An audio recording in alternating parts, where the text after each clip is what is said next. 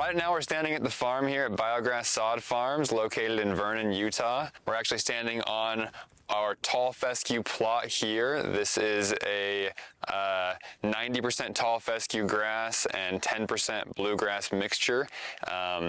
Essentially, it is a grass that is meant for drought tolerance.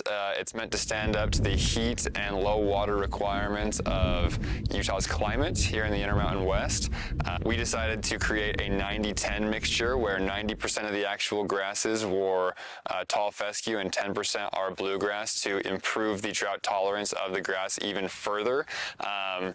Every grass that is in this mix here is qualified for drought tolerance by the Turfgrass Water Conservation Alliance. So essentially what that means is we have a company, a third-party company that comes out and will test these seeds on their sites for about 3 years, and if the grass meets the criteria, they will qualify it and allow us to use their seal, which basically explains that this quality of grass can use at up to 30% less water than other cultivars related to it. So what BioGrass is trying to do here is create a sod for homeowners, residential and commercial, that can be used for enjoyment, for sports fields, for activities, and cooling environments, and essentially just a way to use less water but still have a product that people want to enjoy.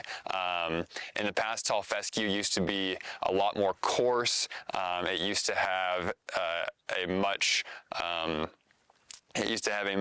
taller profile, and it was not as green as we used to see here. So as you can see on this field, it's very, very dark green.